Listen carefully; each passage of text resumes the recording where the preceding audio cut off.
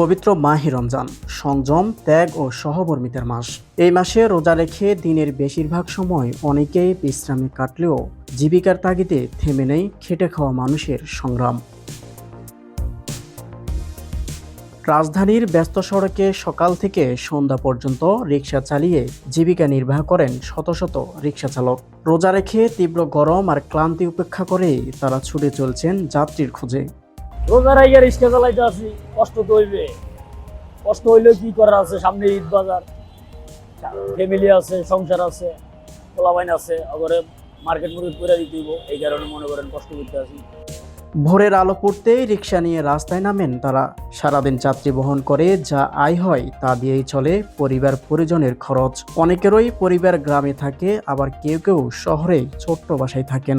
তবে রোজা রেখে এমন পরিশ্রম করা সহজ নয়। দীর্ঘ সময় রোদে থেকে রিকশা চালাতে গিয়ে অনেক সময় ক্লান্তি ও পানি শূন্যতার সমস্যাও পড়তে হয় তাদের। তবুও জীবিকার তাগিদে থামার সুযোগ নেই। রোজার আগে তো একটু পাউ রিক্সা চালাই যেত, একটু কষ্ট হয়। আর আমাদের গাড়ি তো মনে করেন খ্যাপ কম, আর সব অটো রিক্সায় খ্যাপ। তারপরে আমি রোজা রাখি আল্লাহর রহমতে ওই সিঙ্গেল প্যাসেঞ্জার একজন একজন করে টানি। কেউ বলে যে বেটা অটো গাড়িতে গেলে ভাড়া আরো কম, তোমরা বেশি চাও। তো আমি বলি যে আমার তো ভাই ইঞ্জিন না, পায়ে কষ্ট করে রোজা রাখে আপনাকে নিয়ে যাবো।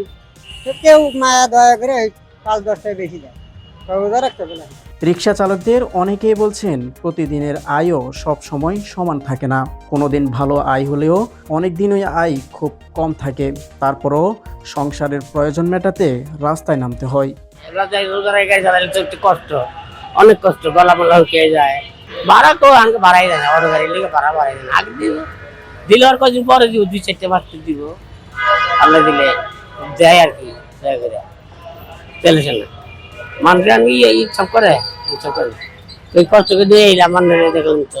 এদিকে সমাজের অনেক সচেতন মানুষ মনে করেন রমজানের এই সময়ে বিত্তবান ব্যক্তি ও বিভিন্ন সামাজিক সংগঠন যদি এসব শ্রমজীবী মানুষের পাশে দাঁড়ায় তাহলে তাদের কষ্ট কিছুটা হলেও লাঘব হতে পারে।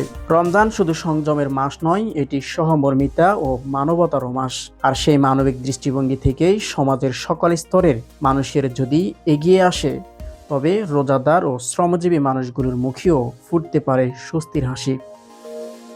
আবিদুল্লাহ জাকের, বিআরএস টাইমস, ঢাকা।